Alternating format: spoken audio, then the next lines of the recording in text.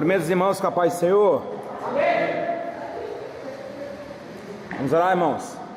Senhor nosso Deus, nosso Pai, Senhor bendito, Senhor Deus eterno, Senhor Deus, em nome do Teu Filho amado, Jesus Cristo, nós queremos Te louvar, Te agradecer por tudo, ó Pai. Senhor, por nesta noite estamos encerrando, Senhor Deus, essa jornada. Senhor Deus, muito obrigado, porque foi o Senhor quem nos ajudou a chegar até aqui. Senhor, muito obrigado por tudo que foi proposto aqui neste lugar. Senhor, eu tenho certeza absoluta que foi o Teu Santo Espírito, ó Pai, que esteve conosco. E nesta última aula, Senhor Deus, que o Senhor venha também se fazer presente no nosso meio, nos abençoando, nos fortalecendo, nos dando cada dia mais entendimento na Tua Palavra.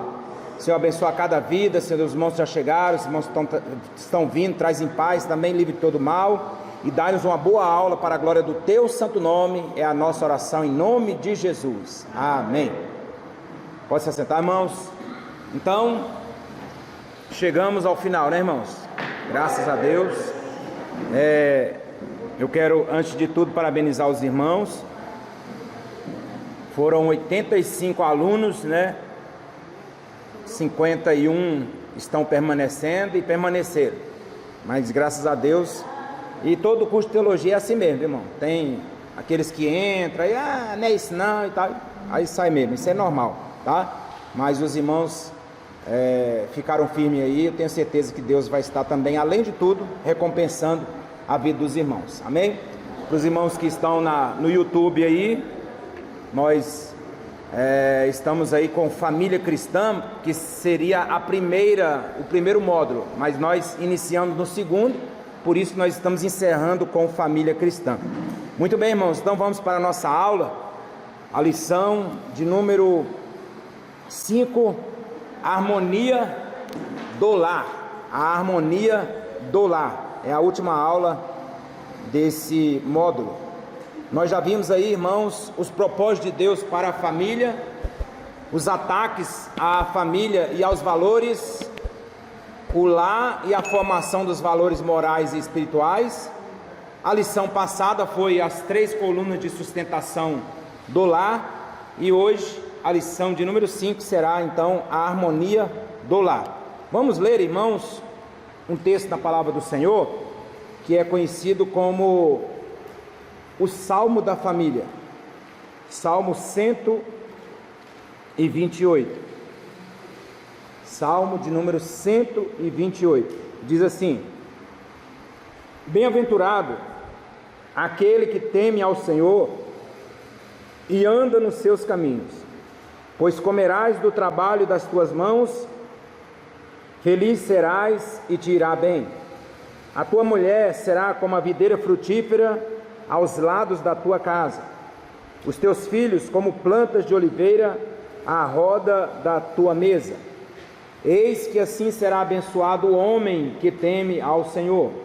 O Senhor te abençoará desde Sião, e tu verás o bem de Jerusalém em todos os dias da tua vida, e verás os filhos de teus filhos e a paz sobre Israel. Então, irmãos, aqui nós temos aí, né, o Salmo da Família, e o que nós notamos nesse Salmo aqui, irmãos, pode olhar desde o final. Você vai encontrar uma família harmoniosa, uma família com harmonia. E é isso que nós vamos estudar hoje, irmão. Nós já vimos aí vários assuntos, e hoje nós vamos encerrar falando justamente sobre em manter essa harmonia. Irmãos, eu já falei aqui para os irmãos, tem lugares, irmãos, aonde a gente chega pela misericórdia de Deus, irmãos, já teve gente que se hospedou na minha casa, ou que esteve na minha casa, e que falou da tranquilidade que é dentro da minha casa. Mas, irmãos, infelizmente, há casas por aí, irmãos, que a pessoa não quer nem hospedar lá. Eu conheci uma família, né? Nós conhecemos uma família, irmãos, aonde eles brigavam na rua. Os pais, o pai com os filhos, dava até polícia. E crentes, irmãos, presbítero da igreja, na época ele era presbítero, hoje, se eu não me engano, ele é pastor. Mas, irmãos, era uma bagunça, e com isso, irmãos, toda a rua ficava sabendo e não precisava nem ninguém falar nada, porque era uma gritaria. Nós moramos ali próximo da rua deles ali, irmão, e era uma gritaria terrível ali naquela rua, e família de crente. Então isso é triste, mostra, irmãos, que não tem harmonia, e é isso que nós vamos estudar nessa última aula, tá? Então quais serão aqui os nossos pontos, né? São 3 pontos só que nós vamos falar: virtudes que geram harmonia no lar, a vida em família e a harmonia do lar através da disciplina.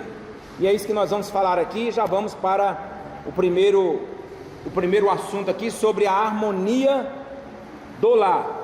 Quando se fala em harmonia, irmãos, está falando sobre o quê? Quando se fala em harmonia na música, o que é?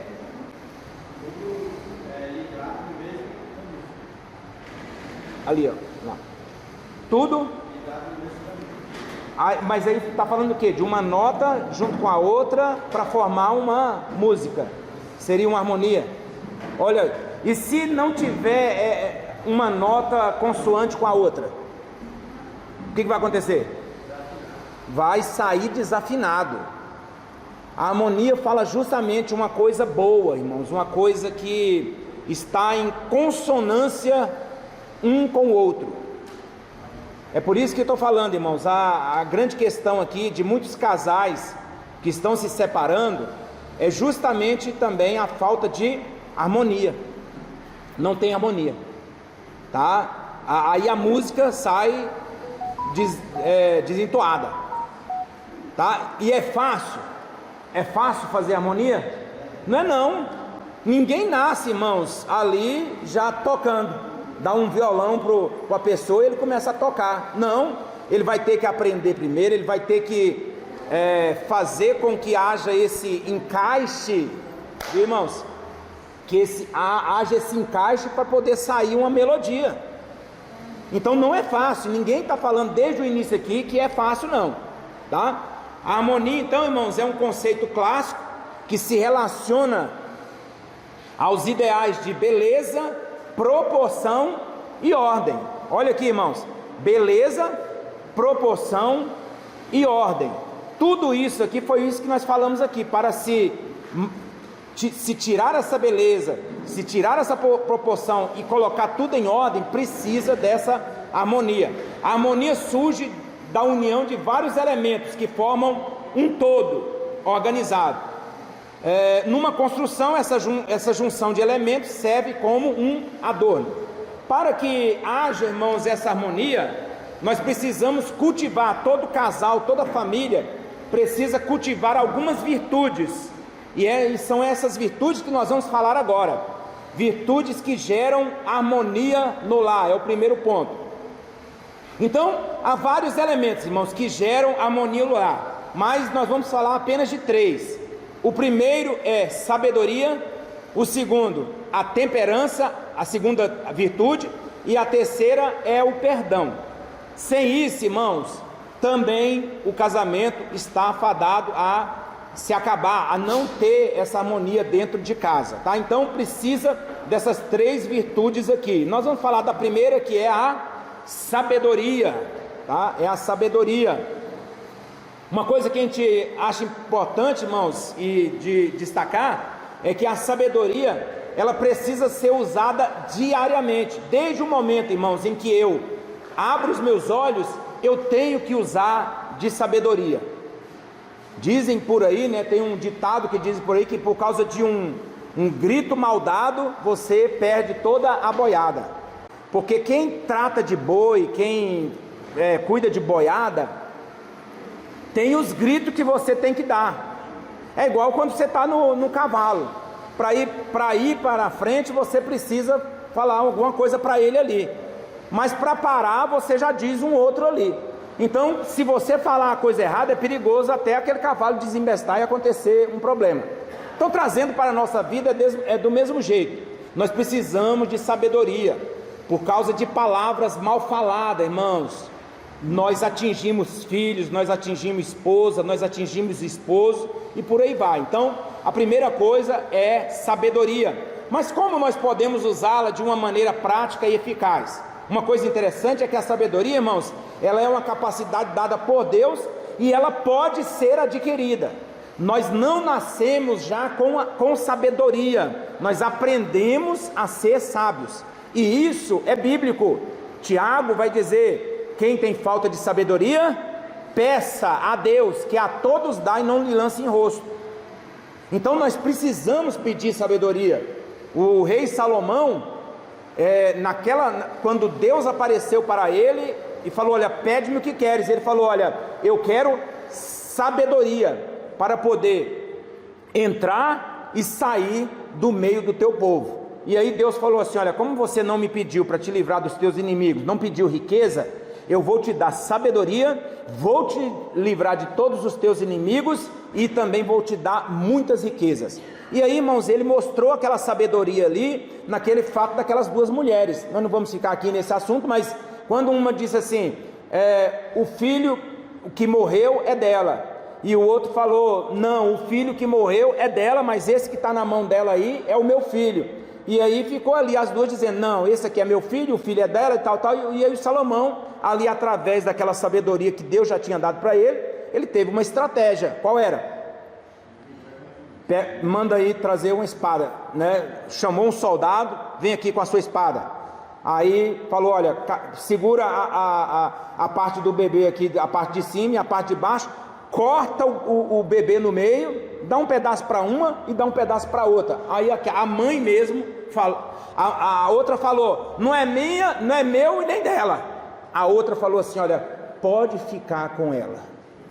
Pode ficar com ela. Se é para receber o meu filho cortado, eu prefiro que fique com ela. Aí o Salomão falou: pode pegar a criança e entregar para essa aqui, porque essa é a mãe, tá? Então, uma coisa que a gente pensa assim: é simples, mas foi um ato de sabedoria. Então muitas pessoas vinham para escutar as sabedorias de Salomão.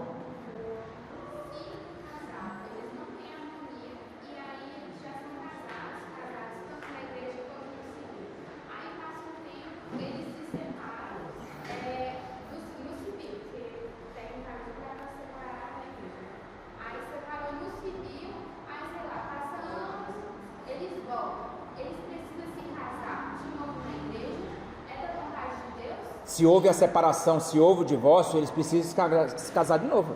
E aí o senhor vai considerar esse casamento? Porque, geralmente, quem tem casa, se a pessoa separa, ele não teve motivo aparente, não teve nenhuma pessoa, não quer mais ficar casado, aí a pessoa não pode se casar de novo. Para Deus. Aí, essa lei Não. Isso aí vamos dizer, é uma suposição. Mas aí, se separou, aí nesse período aqui não contraiu novas núpcias com outra pessoa, aí separar de uma outra pessoa para voltar para a mesma esposa e casar com ela de novo, isso é uma coisa sem lógica, né? Mas estou falando assim, agora, se ele nesse período ou ela nesse período, os dois não tiveram não formaram nenhuma família, não estão desfazendo de nenhuma outra família, se nesse período aí eles quiserem voltar e acontecer deles voltar e casar novamente, é um casamento normal. É um casamento normal. Na igreja católica, tu só casa uma vez e não pode casar de novo. Acho que mais ou menos isso que ela quis falar. Mas nós que somos cristãos, tudo que é ligado no céu é ligado na terra. Se for desligado, teve um divórcio, tem que casar de novo, porque daí foi desligado. Mas deixa eu falar uma coisa, na igreja católica isso aí no papel deles é isso aí. Agora, se a pessoa for para uma outra cidade, o padre vai procurar saber se a pessoa foi casada ou não foi. Não, eu sei, é o ensinamento deles. Eles batem, mas eles não fazem, né? Mas o padre, ele quer entrar por aquele caminho ali de falar, né, que o casamento ele é indissolúvel, tá? Mas quem são os católicos? Muitos católicos não atendem o que aconteceu. Mas é isso mesmo, eu entendi o que a irmã falou, né? Que o casamento tem que ser só um nesse caso. Mas, irmãos, se não houve ali nenhum dos dois aqui não contraiu novas núpcias, e aí lá na frente esse aqui que contraiu novas núpcias, aí ele, não, eu estou com saudade da minha esposa, minha antiga esposa, né? Eu vou terminar o casamento com você e vou casar com ela. Isso aí é ser cafajeste, isso aí é ser pilantra, tá? Isso aí não pode não. Você acabou com o casamento para poder voltar para a sua esposa antiga e contrair um novo casamento. Então não, aí já está brincando com as coisas de Deus, né? Então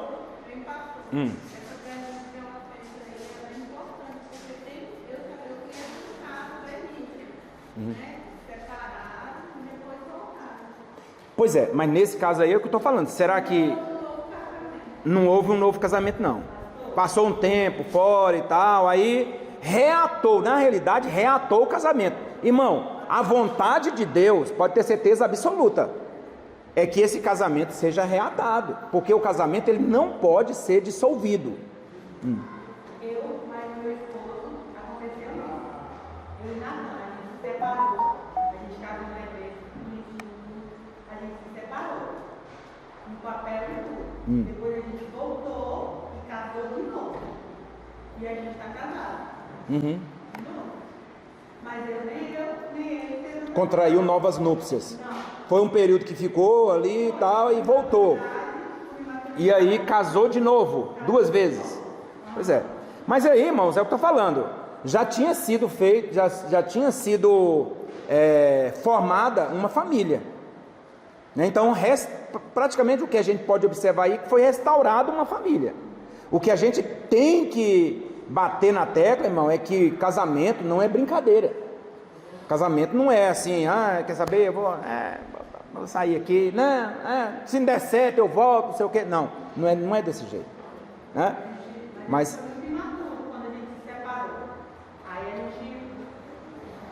aí, irmãos, é o que eu bato na tecla novamente. Se o pastor John estivesse aqui, eu falaria para ele também assim, mas eu estou falando para mim como pastor também.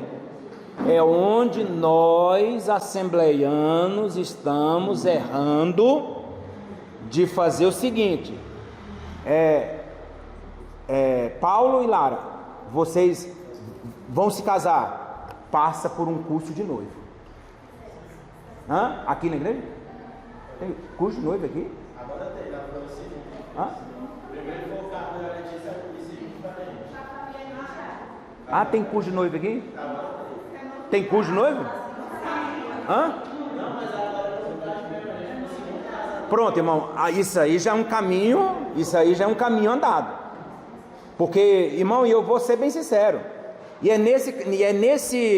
nesse curso, não que eu estou ensinando que eles devam fazer, mas eu estou falando assim, num curso desse, deveria focar em, irmão, ir lá dentro mesmo do negócio. Entendeu? Abriu o verbo mesmo. Falou, olha, é isso, frigidez, né? Ficar emburrado, se fechar para o marido, essas coisas assim, entendeu? E lá mesmo, irmão, para lá na frente, quando acontecer, olha o que foi falado. Não, realmente eu preciso mudar. Nesse ponto, tá? Se for trabalhado dessa forma, irmão, a igreja, ela está dando um passo muito grande para que não haja casamentos dissolvidos. Casamento, irmão, que foi feito muitas vezes aqui, aqui, tá? E aí passa-se 6 meses aí, irmão, já estão cada um procurando.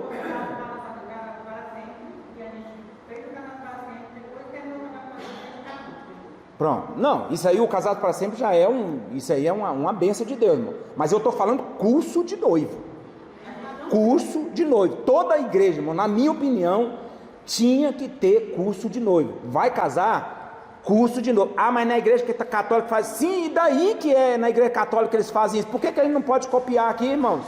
Sendo que o casamento é a instituição criada por Deus. Quando eu e ela fomos casar, a gente teve uma conversa bem séria, bem abertamente dele. Lá falou tudo que tinha que acontecer, tudo que ia passar, então não se botou nada. Não teve nada que foi coberto. Pronto, é desse jeito aí, tá? Livraria muita coisa aí de casamentos ter que se dissolver. Quando eu fui me casar também, eu fiz 2 dias de curso de novo. Era com um casal que já tinha 28 anos de casado. E assim, algumas experiências de vários casais que contaram algumas experiências. Foi assim, um aprendizado muito grande e coisa que eu guardo até o dia de hoje. Olha aí, irmão, olha, num curso de noivo, ou fazendo assim, casais, né, que vêm ali, contam-se as suas experiências.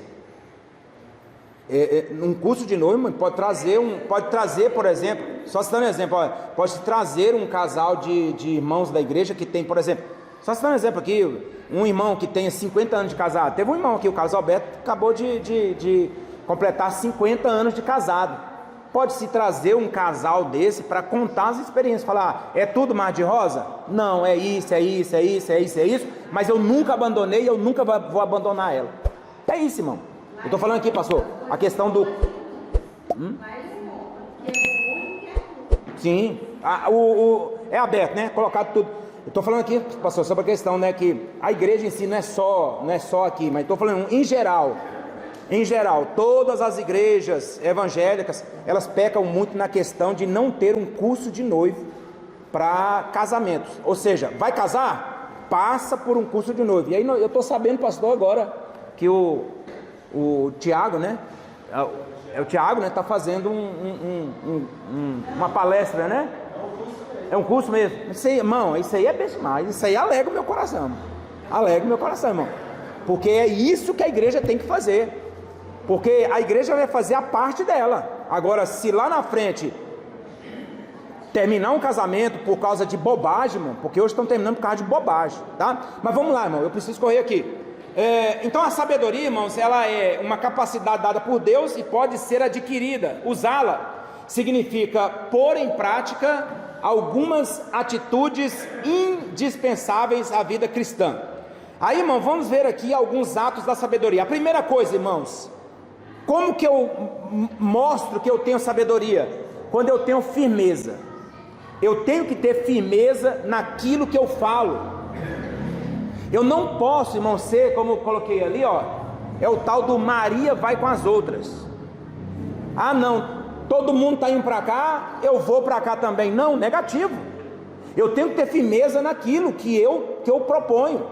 O casamento, irmãos, tem que ser dessa forma também, tá? Então a primeira coisa aí é ter firmeza. Segunda coisa, vou correr aqui, irmãos. Segunda coisa, mudança de atitudes. Eu tenho que reconhecer sempre os meus erros e tornar uma pessoa capaz de, quando preciso, mudar de atitude. Aí sim, agora eu estou falando aqui na questão de marido e mulher. A questão de ter firmeza ali que eu estou dizendo, não é o mundo está dizendo isso aqui, está levando por esse lado, nós vamos caminhar para esse lado, não, de maneira nenhuma. Eu tenho que ter firmeza nisso também. Mas a mudança de atitude, irmão, isso é normal, isso é natural. Assim que eu casei, eu tinha um tipo de temperamento, mas esse temperamento, ele vai mudando, passando o tempo, e eu vou aprendendo a me submeter em algumas coisas. Então eu tenho que mudar as minhas atitudes, né? Eu tenho que saber. Então reconhecer sempre os erros, tornar uma pessoa capaz de mudar de atitude. Abandonar o erro é um ato de grandeza moral. Tem gente que diz, irmão, eu não me rebaixo, não, eu não vou pedir perdão, igual não falar aqui agora mesmo, não vou pedir perdão, não, porque isso aí não é coisa de homem não pede perdão não, e por aí vai, tá? Então isso não mostra grandeza nenhuma, tá? Outra coisa, irmãos, é humildade. Eu tenho que ter humildade, eu tenho que praticar a humildade. A vaidade e o orgulho são sentimentos prejudiciais à vida que nos faz perder, a vida que nos faz perder o sentido das proporções. A Bíblia nos orienta a tratarmos os outros como se fosse superior a nós, tá? Irmãos, aqui não é rebaixar de forma nenhuma. Eu tenho que ter humildade, E é a Bíblia que sagrada, é Filipenses capítulo 2, versículo 3, que diz: considerai os outros superiores. Tá? Tem uma frase aqui que ele colocou, que é muito importante, diz: olha, por mais que seja sábio, há sempre alguém mais sábio que você. Por mais forte que seja, haverá alguém mais forte do que você. Então, irmão, você não é a última cereja do bolo, não. Você não é a última Coca-Cola do freezer, não. Tá? Tem outra pessoa que sabe mais do que você, tem uma pessoa que é mais forte do que você, e por aí vai. Mas infelizmente, irmão, o que nós temos é essa falta de humildade, e isso muitas vezes dentro da própria família, né? A Bíblia vai dizer que a soberba do homem o abaterá, mas o humilde de espírito obterá honra. Outra coisa que precisa, irmãos, também, né, que é um ato de sabedoria, é a resignação. O que é isso aí, irmão? Aprenda a ser uma pessoa resignada. Aprenda a ser uma pessoa resignada. Por mais sábio, mais importante, mais poderoso, mais puro que seja, ninguém é tão livre que não tenha a quem obedecer, tão independente que não tenha um dever a cumprir. Isso aqui, irmãos, é justamente o que está dizendo: olha, eu não obedeço ninguém, aqui quem tem que obedecer são os que estão debaixo de mim, né, e por aí vai. Então, irmãos, isso, nós fazendo isso aí, nós estamos mostrando que nós temos sabedoria. Nós temos que saber fazer essas coisas, nos resignar, né, dizer uma palavra sábia no momento certo, sempre ter uma palavra humilde para dar também, uma ação humilde a dar. Então, irmãos, esses aí são os pontos aí da sabedoria. Outra coisa, irmãos, que precisa ter também em um casamento, em uma família, em um lar, é a temperança. E temperança, irmãos, eu fiz questão de colocar essa pedra aqui, ó. Essa pedra aqui, ela é grande, mas ela está firmada em uma menor, e ela está equilibrando outras pedras em cima dela. Irmãos, a temperança, como nós vamos ver aqui, que é o domínio próprio, é justamente isso, é eu ter equilíbrio em tudo. É eu ter equilíbrio em tudo. Tá? Não é só, irmãos, dentro de casa, não. Eu tenho que ter equilíbrio, inclusive, é uma coisa que é difícil na nossa vida, equilíbrio no trânsito, irmão. Trânsito deixa a pessoa nervosa demais, né? Uma fechada, um carro que não sai da frente, você fica ali querendo buzinar. Irmão, irmão, eu vou confessar os meus pecados.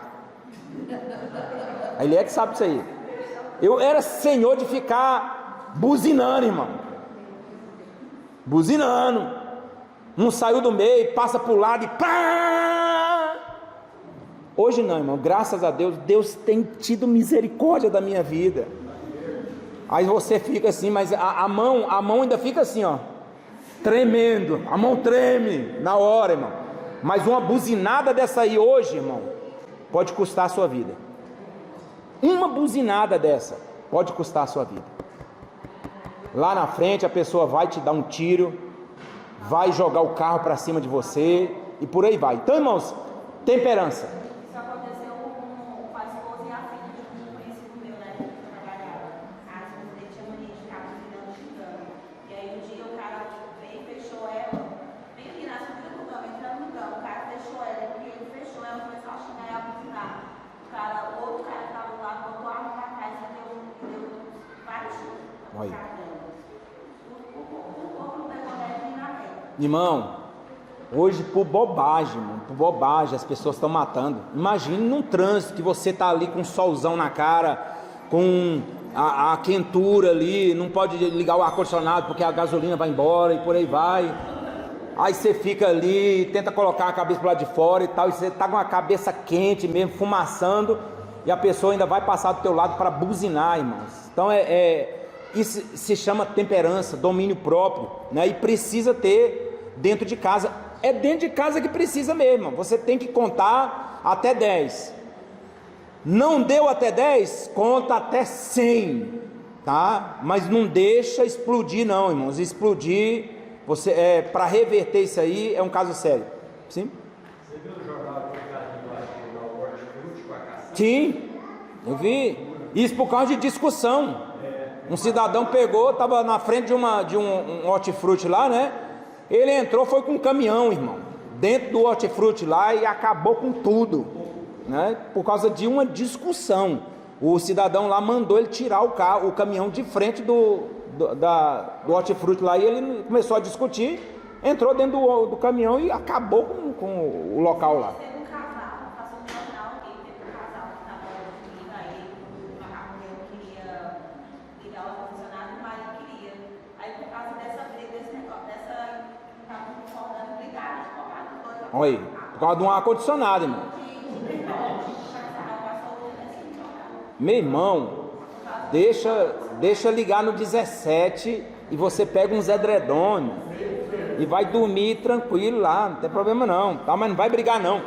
Então ter temperança é ter domínio próprio, é não perder a cabeça nas horas difíceis, é ter controle sobre as emoções. Aqui, irmãos, para cá, é ser prudente, é ser longânimo. E o pastor trouxe a palavra aqui sobre o fruto do Espírito, né? E a palavra longânimo é justamente isso aí, irmão, é um longo ânimo, tá? Não é outra coisa não, é você ter um longo ânimo, é você contar até 10 mesmo, é você contar até 1000, é você não explodir. Isso é ter domínio próprio, tá? Então é importante que tenhamos controle sobre as nossas ações para não prejudicarmos a nós mesmos e aos outros. Deixa eu passar aqui.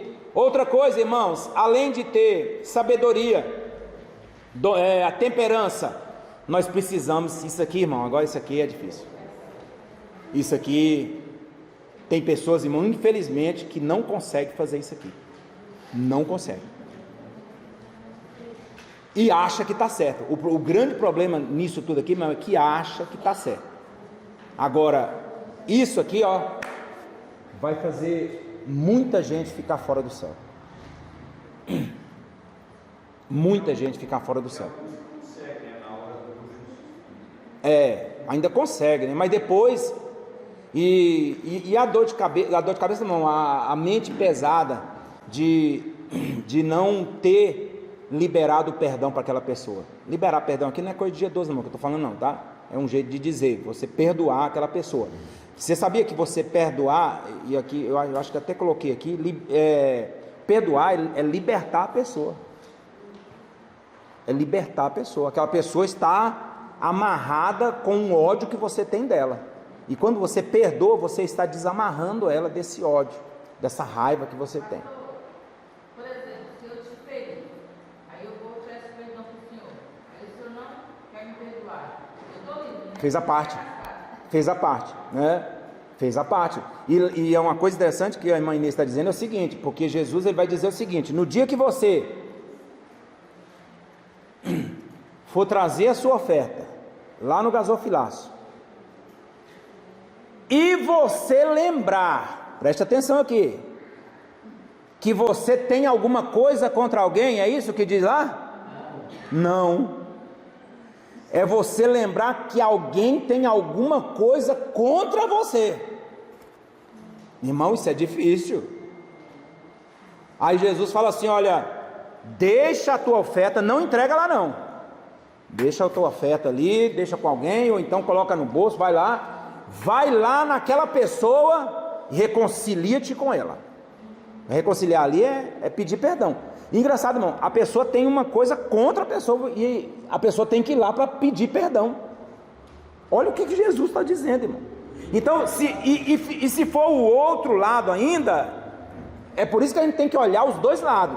E se for o outro lado, aí que tem, irmão, se um crente, porque eu tenho a certeza que Jesus estava dizendo ali, não era em relação a dois crentes entre si, mas talvez um crente com uma pessoa que não tem um conhecimento de Deus, mas dois crentes. Aí se um crente tem alguma coisa contra alguém, é lógico que ele também tem que ir lá, irmão. Vai criar uma briga, mas irmão, não custa nada você falar: olha, irmão, eu tenho alguma coisa contra você, é o seguinte, em tal dia você falou um negócio assim, eu fiquei chateado com isso, eu fiquei irado com isso, irmão, eu tive até ódio do irmão, mas eu estou aqui pedindo perdão pelo que eu fiz, tá? Eu estou pedindo perdão pelo ódio que eu tive contra você, né? Agora, se a pessoa também sente que fez alguma coisa contra a pessoa, aí vai lá e reconcilia com essa pessoa. Então não é fácil, não é fácil. Agora, se a pessoa vai dizer, eu não te perdoo, aí, irmão, você vai fazer o quê? Vai fazer o quê? Vai se ajoelhar diante dele, vai ter que fazer alguma coisa? Não, irmão, se isso foi feito de coração, se foi feito mesmo, irmão, do fundo da sua alma, irmão, essa pessoa está liberada, tá? Agora o problema vai ser com a outra pessoa. Eu conheço umas pessoas que elas brigaram há muito tempo atrás, aí ficaram brigadas por mais de 20 anos brigadas e sem se falar. E aí voltaram a se falar, tipo, nunca teve um pedido de perdão, só uma esperança de viver de volta. A pessoa, ela tá perdoada por eles estarem vivendo de volta, ou o fato dessas pessoas não terem pedido desculpa, ter uma certa mágoa assim e tal, elas estão erradas.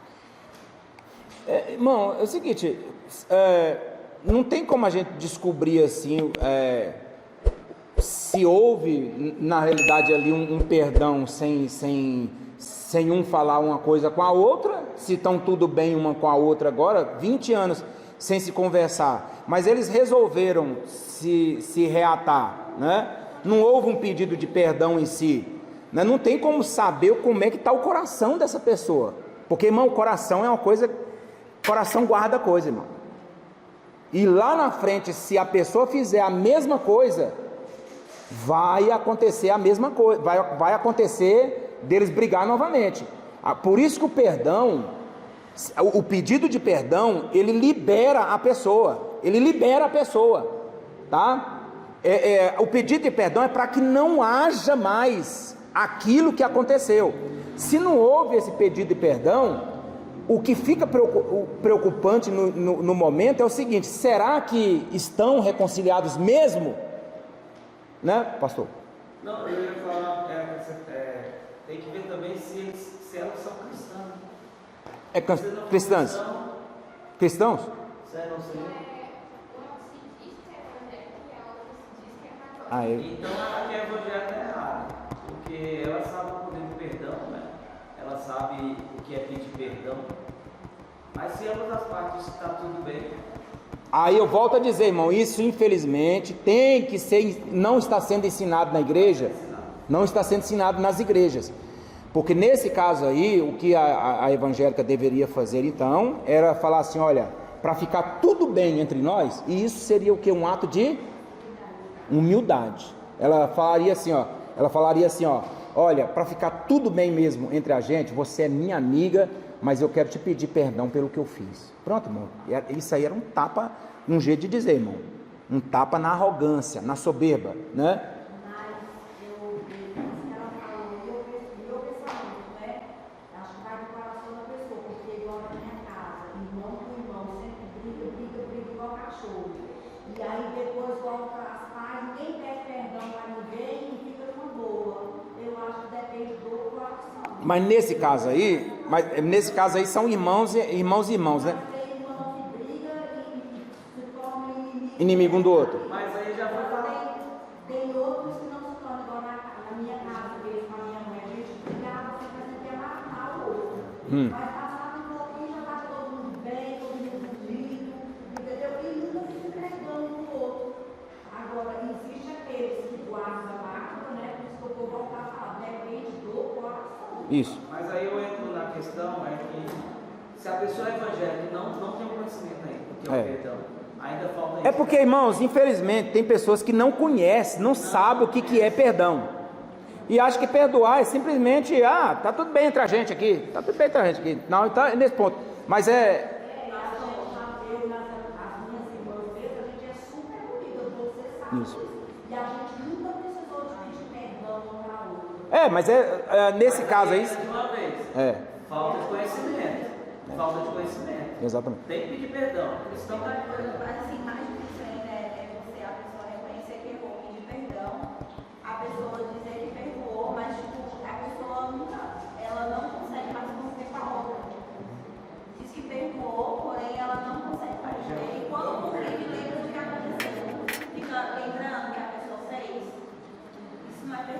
Não é perdoar.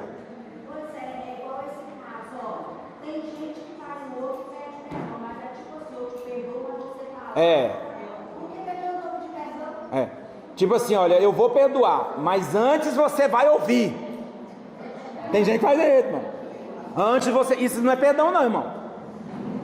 Você vai ter que ouvir antes, porque aí eu vou acabar com você. É isso que ele está dizendo, né? Eu vou, porque já que eu estou sabendo que você vem agora humildezinho, eu vou. Olha, você é isso, você é aquilo, você não deveria ter feito isso. Não é perdão, não, irmão. Eu vou te falar assim, comigo você não tem problema não, tem que ver com Deus.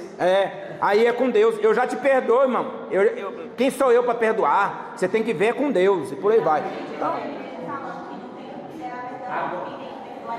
Agora o caso que a Patiele falou tem seus pontos sensíveis. Por quê?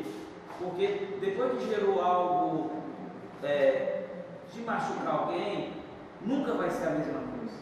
A pessoa não volta para dentro da sua casa, a pessoa não vai estar lá, mas o perdão ele tem que existir. Se encontrar junto tem que estar ali perto. Agora entrar dentro da casa de novo, isso é um tempo e talvez nem um tempo possa acontecer isso. Agora gerou. Pode ter, sim, o perdão, mas não querer mais conviver com a pessoa e tendo perdão. É porque ela quebrou uma aliança. Quebrou uma aliança. Quando quebra a aliança, é uma desconfiança. Mesmo que peça perdão, resolveu tudo, mas vai entrar de novo na sua casa, para você abrir. Tem certas coisas que a gente não tem perdão. Vamos lá, irmão. Vamos lá.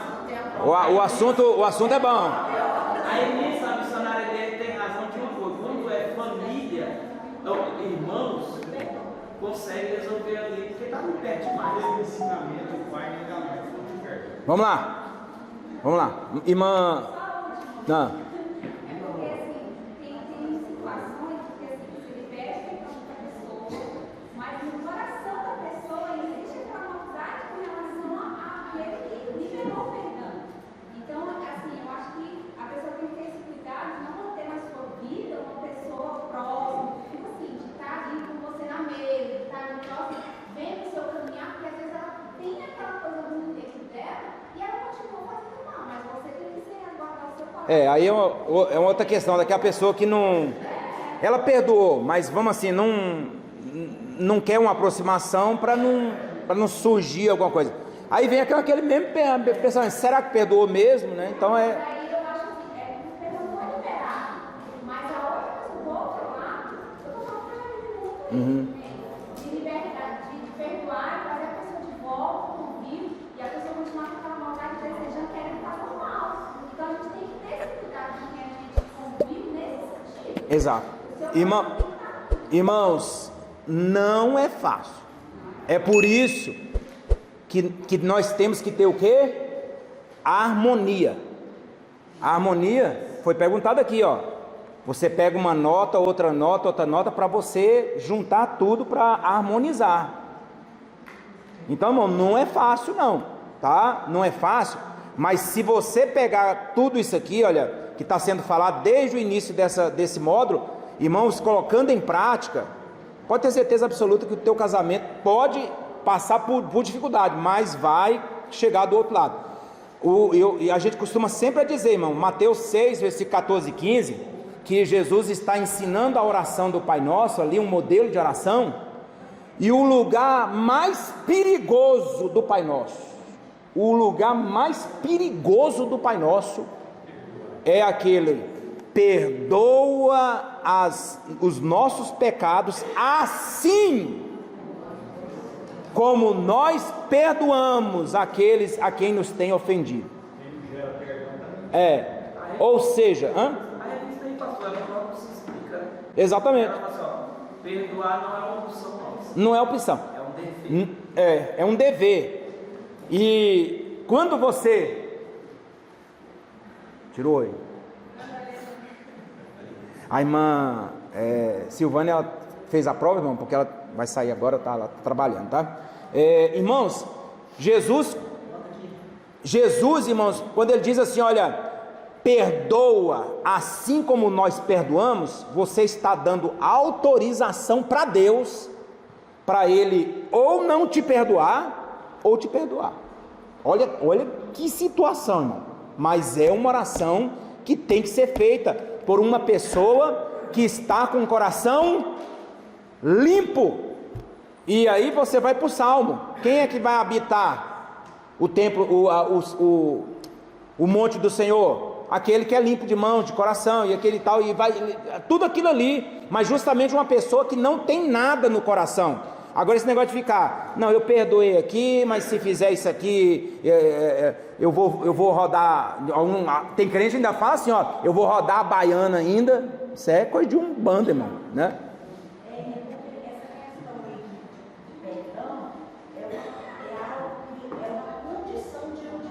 Condição. Só tem uma condição de ser perdoado por Deus. Se perdoar. Essa condição aí ninguém tira. Ou a gente perdoa, ou também não recebe o perdão dele. É por isso que eu estou falando, irmão. É muito perigoso isso. É muito perigoso, tá? E aí você vai dizer, então não vou perdoar. Então Deus não vai te perdoar também. Então pronto, tá? Vamos lá. Vai lá.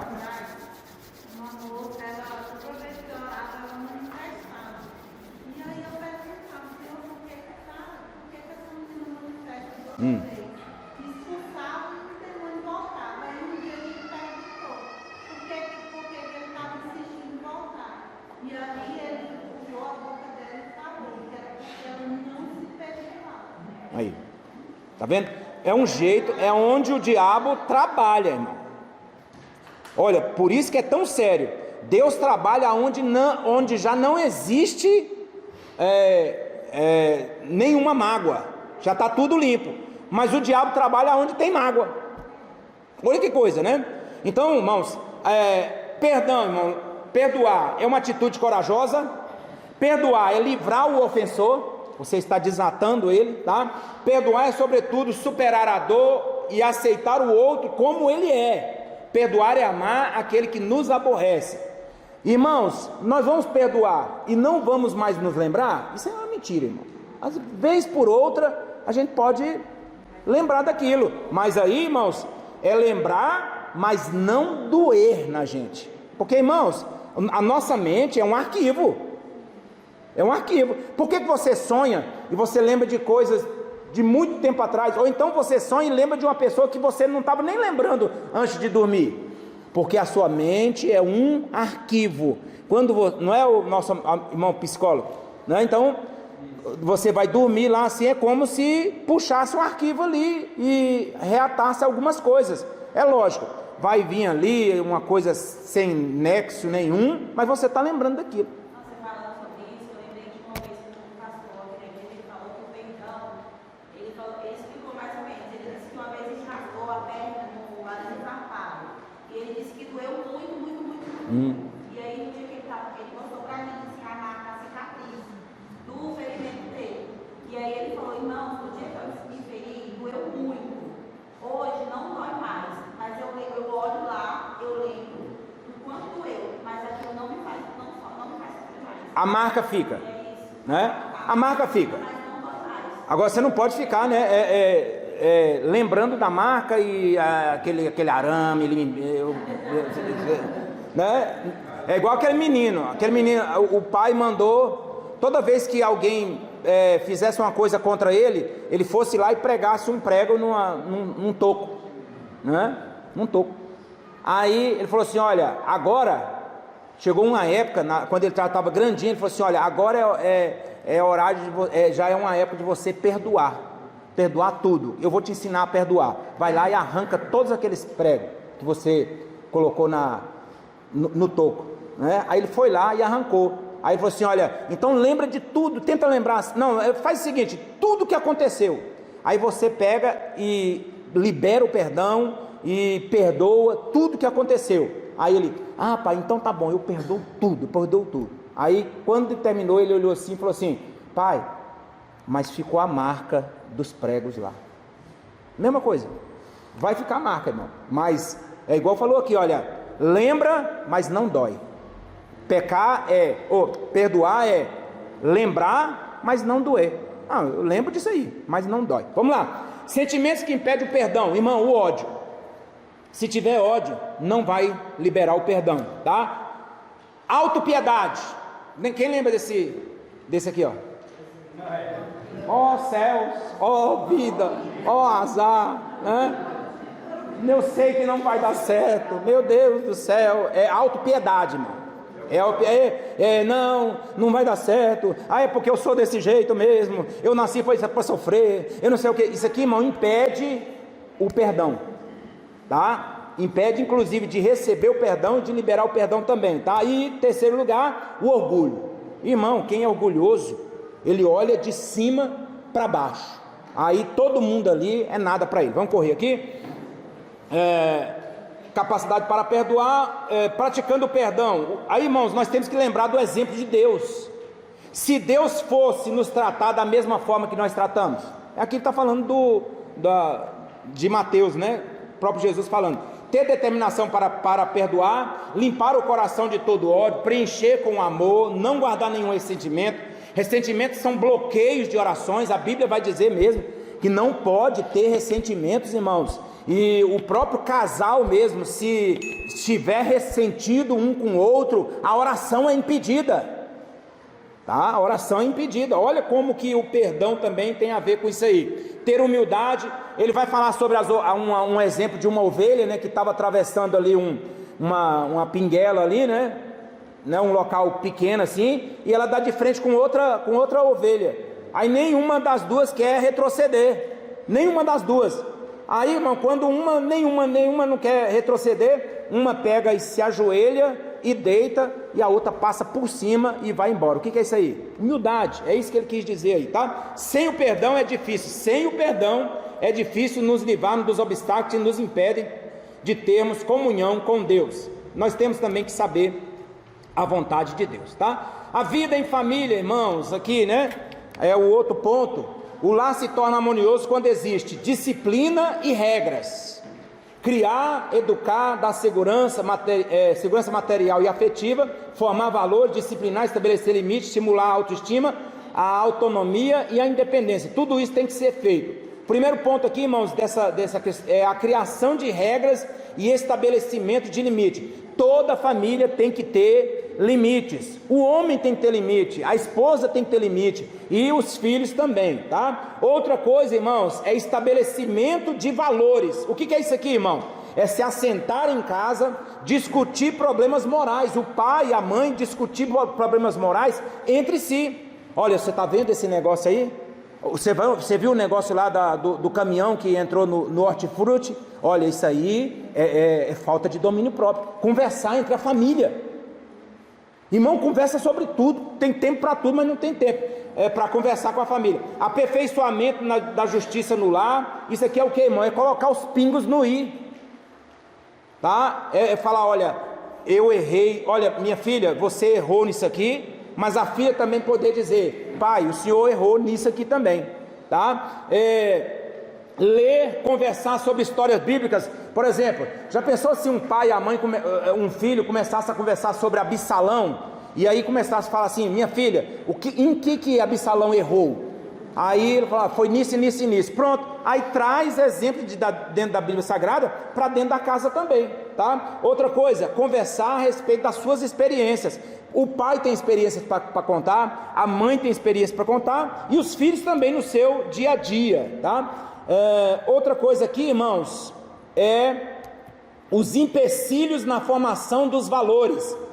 Um grande empecilho na informação de valores, irmãos, é a divergência entre pais. O que é isso aí, irmãos? É o pai dar uma ordem e a mãe tirar. Aí você, olha, por que você fez isso? Não, minha mãe falou que podia fazer. Isso aí, irmãos, causa um problema dentro de casa. E o mais certo é fazer o seguinte: o pai, a criança, o filho chega assim e fala assim, mãe, eu posso fazer isso? Você falou com o seu pai? Aí ele, falei. O que ele falou? Falou para não fazer. Então, não faz. Pronto.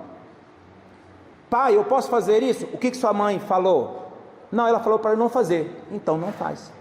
Pronto. Isso mostra uma harmonia dentro de casa, tá? Ensinamentos e procedentes diferentes. O que é isso, irmão? Eu falo para fazer, mas eu faço diferente. Isso também é errado. Promessas não cumpridas, irmãos. É aquilo que eu falei. Você vai ver quando chegar em casa, viu? Vai ver nada. É mentira. Tá? Chega, irmão. Eles querem. O filho sabe que não vai acontecer nada, porque não tem palavra, tá? Transmissão de uma imagem negativa da igreja, irmão. Contar problema da igreja na frente de filho. Isso aí, irmão, coloca o filho contra a igreja. Quer conversar um assunto sério que vai envolver a igreja? Fecha a porta do seu quarto, conversa com a sua esposa e não deixa os filhos ficar sabendo disso, porque eles vão criar uma antipatia pela igreja, tá? E, irmãos, vamos terminar aqui com a harmonia do lar através da disciplina. O que é disciplina? O que é disciplina, irmão? É correção. Agora, quando fala em disciplina, a gente lembra só de quê? De lenha. E será que é só lenha mesmo? Só varada? Não. Nós vamos entender aqui, né, o verdadeiro sentido da disciplina. A disciplina é a técnica pelo meio do qual atingimos autoridade e liberdade. Um pai, irmãos, uma mãe que tem autoridade e também liberdade dentro de casa é uma pessoa que usa da disciplina, tá? Algumas considerações básicas em relação à disciplina. Depende do cuidado, do respeito, da proteção. É necessário saber se aquilo que estamos exigindo é condizente com a fase de maturidade do filho. Você não vai exigir para uma criança de 4 anos o que você vai exigir para um adolescente, porque um adolescente já sabe, aquela criança de 4 anos talvez não saiba, tá? Então tem que ter cuidado sobre isso aí também. Para que a disciplina seja eficaz, se faz necessário os seguintes requisitos: regras claras e objetivas, dar e dividir responsabilidade, não se deve usar apenas a proibição, conscientizar quanto ao permitido e ao conveniente, flexibilidade e firmeza. Infelizmente, irmão, não temos como falar sobre isso aqui, e já vamos partir aqui, né, para finalizar. Métodos para disciplinar: recompensa e castigo. Eu vi um pastor conversando o seguinte, lá na casa dele era o seguinte, lá na casa dele, ele sendo criança, lá na casa dele era o seguinte: nota 10 na prova, recebia um valor, o pai dava uma mesada boa. Nota 9, a mesada já caía. Nota 8, era metade da mesada. Nota 7, castigo. Você vai ficar sem isso. Aí começava os castigos, de 7 para baixo. Irmão, bombou. Aí não vou nem falar o que acontecia, né? Então, é um jeito de fazer recompensa e castigo, né? Modelos e preceitos. É importante que os pais procurem ser exemplo para os seus filhos. De nada adianta exigir. E diálogo, irmão, tem que conversar. Diálogos e relacionamentos interpessoais. O diálogo é o método mais eficaz da disciplina, principalmente quando se trata do filho adolescente. O diálogo é a interação social, e a interação social leva o filho a aceitar melhor a disciplina. O diálogo é considerado uma arte aconselhável. Um verdadeiro diálogo só acontece quando somos capazes de ouvir. Hoje, irmão, leva-se apenas no diálogo, mas tem um momento também de disciplinar com varas a criança, tá? A criança. Irmão, e o conselho tutelar? É o conselho tutelar que vai cuidar do seu filho quando ele estiver bagunçando na rua, fazendo bobagem na rua? Então cuide do seu filho dentro de casa. E disciplinar com vara não é espancar, não é tirar sangue, tá? Então há o momento de se disciplinar dessa forma, irmão. Não é só conversar também não, tá? A Bíblia manda isso claramente, tá bom? E que Deus nos abençoe em nome de Jesus. Eu encerro, irmãos, com esse versículo aqui, olha. Na verdade, toda disciplina, Hebreus 12:11. Na verdade, toda disciplina, ao ser aplicada, não parece ser motivo de alegria, mas de tristeza. E aqui está falando da disciplina que vem de Deus. Quando Deus disciplina, dá umas varadas na gente, ninguém fica assim: ó Senhor, que bom, eu preciso ser disciplinado mesmo, me bate mesmo, eu preciso, está tão bom. Não, dói. Aqui ó, não parece ser motivo de alegria, mas de tristeza. Porém, mais tarde, produz fruto pacífico aos que têm sido por ela exercitados, fruto de justiça. Eu dou graças a Deus pelas varadas que eu recebi da minha mãe. E foram poucas ainda, irmão. Eu mereci apanhar mais, tá? Mas hoje eu tenho educação. Hoje eu respeito as pessoas. Hoje eu não pego aquilo que é meu, aquilo que é das pessoas, mas aquilo que é meu, tá? Hoje eu trabalho para ter o que é para ser meu. Eu não dependo de ficar pegando coisa dos outros, tá? E isso tudo veio com a disciplina. Amém? Mãe Inês, toma. Amém? E que Deus nos abençoe. Sim.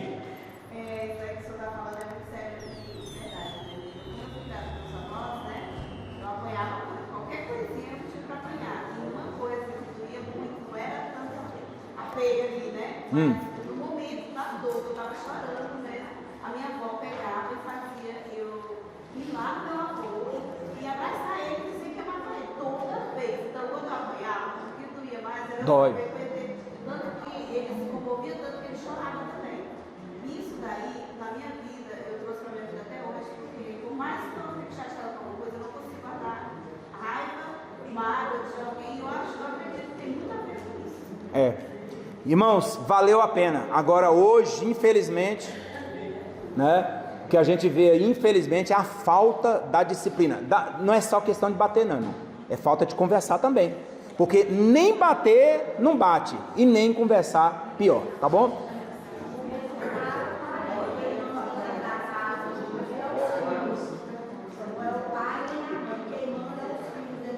Exato. Porque quem são os príncipes, os reizinhos dentro de casa, são os filhos, né? Infelizmente, né, irmão? Mas que Deus nos abençoe em nome de Jesus. Amém?